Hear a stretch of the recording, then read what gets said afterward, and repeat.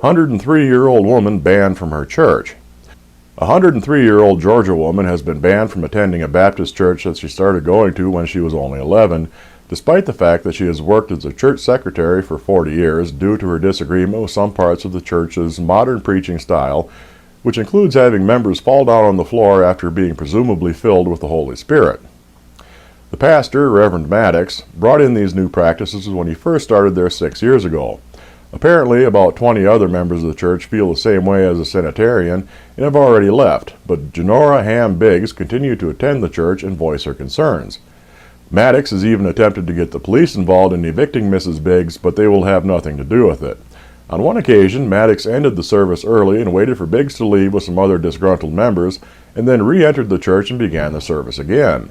For her part, Biggs states that she has no intention of leaving the church she has been attending for so long, and doesn't plan to stop complaining about Reverend Maddox's methods either.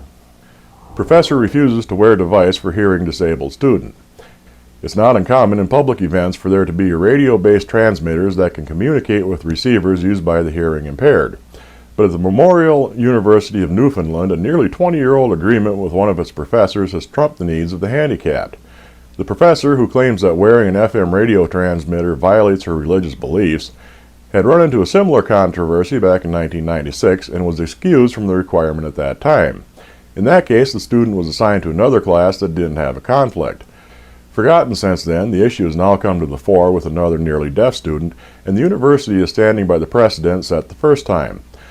A spokesman for the city's Council on Deafness said that it was bad enough that someone had to go through this in the 20th century, and it's especially sad that these attitudes are being brought in the 21st century as well.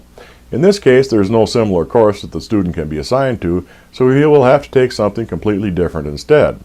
The student's father wants to continue pursuing the matter and has lodged complaints with both the university and the Regional Human Rights Commission. Teen gang raped in exorcism ritual. In Argentina, a 16-year-old girl was gang raped by a group of men, and then her sister proceeded to gouge her eyes out as part of an exorcism ritual.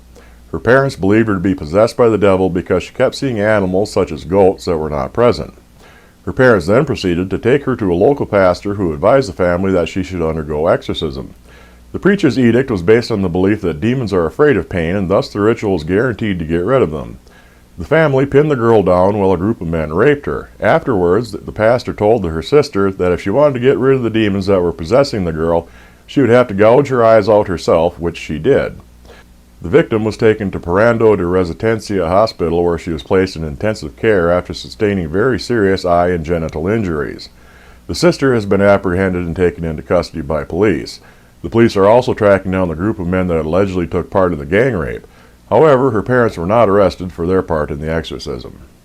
Police Commissioner Pablo Almirian said, "This is the first time in 22 years of my career in the police to have had an event of this nature."